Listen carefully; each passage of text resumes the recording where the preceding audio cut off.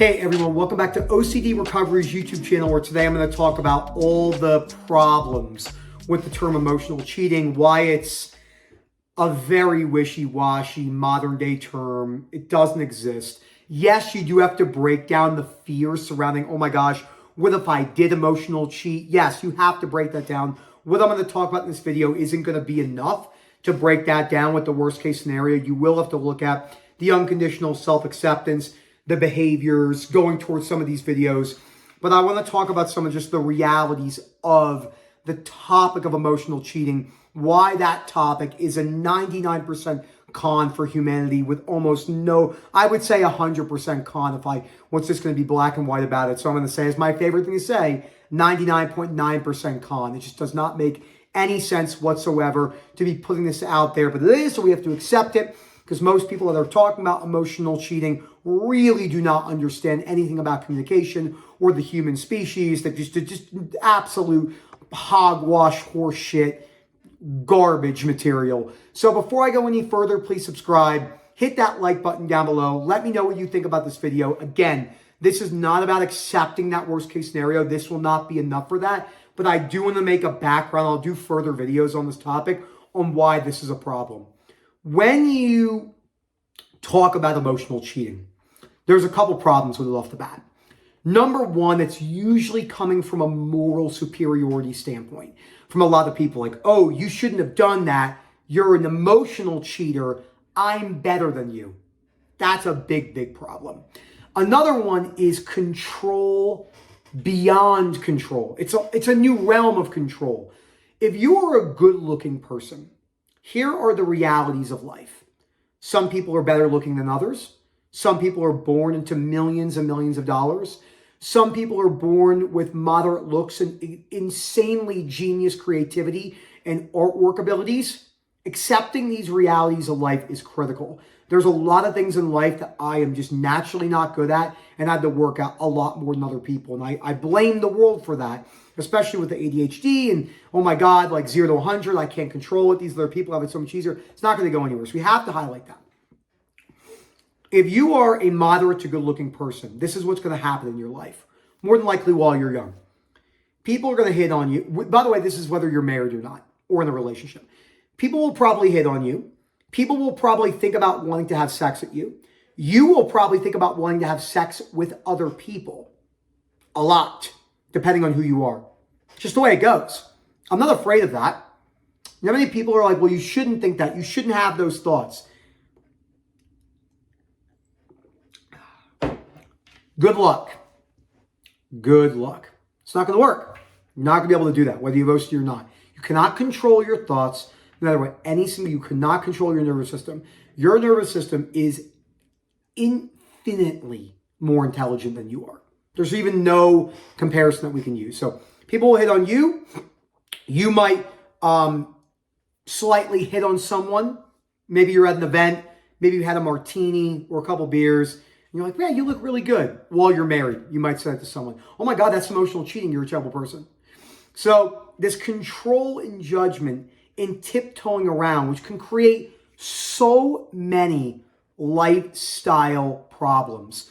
How many women do I work with who have admitted to me of wearing a fake ring, baggy clothes, maybe they have a really nice butt, and they're like, I wear baggy clothes so no one can see it. I put a ring on, I put a hat on, I make myself look like shit. Now, if that's an exposure for someone, that's a little bit different. We're talking about the general sense.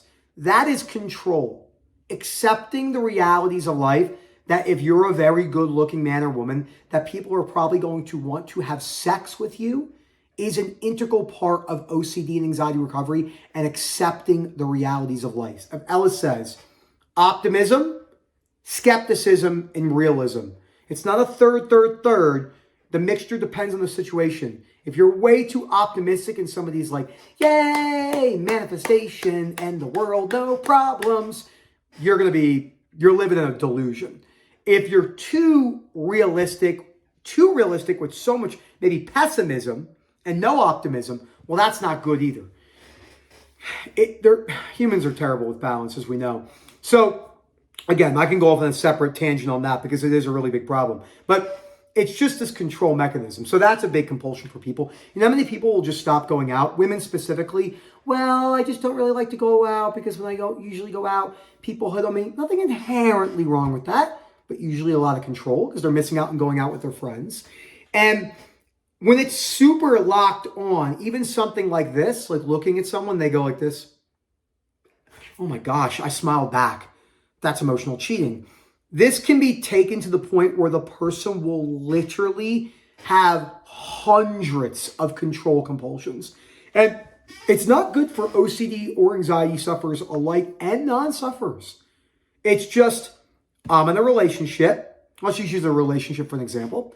I'm in a relationship. I enjoy being in this relationship. Let me try and control my urges. But the reality is, I'm someone who might be a little bit hornier than other people. Maybe not. It's just an example. I might think sexual thoughts or images of other people. Not the end of the world. Maybe you have a problem with adult websites. I'm not going to go down that route, and that can have to be worked on for a lot of people. But maybe I'm a flirty person. I just like flirting. Maybe you have a job where flirting is very good for what you do. Maybe you're a bartender. Maybe you're a realtor, male or female, and flirting with clients, maybe single young clients who have a good income to close a sale. Whether you agree with that or not, this is the realities of life. I have personally never seen not one person to speak about emotional cheating who I would take any advice from on relationships at all. It's so based in the pie in the sky delusions of like, be careful with this, be careful with that. No, life is not that complicated. You live, you work, maybe you have a family, maybe you don't, you enjoy some things, and then you die. It's not that complicated. We overcomplicate it with all these rules, and the emotional cheating rules are causing havoc on young women. Men too, but not as much.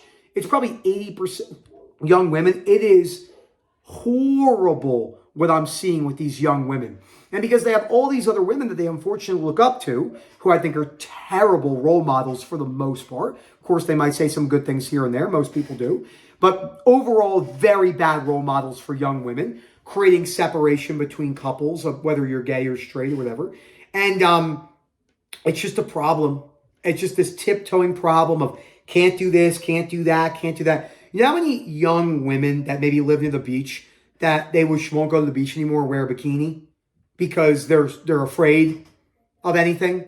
I mean, it's just, and we don't need to have like a sexual connotation like in a bathing suit or in like really skimpy clothes at the gym. People literally will quit jobs because their coworkers are men. I mean, it's just a sad reality. So emotional cheating is a big problem in the sense of we don't need to ever speak about it. Again, this is not about breaking down the beliefs. I'll do a part 2 to this, but really think about this. Phil@OCDrecovery.com. Let me know what you think, and then hopefully see you soon. If you're struggling with this, please reach out. Enjoy the rest of your day.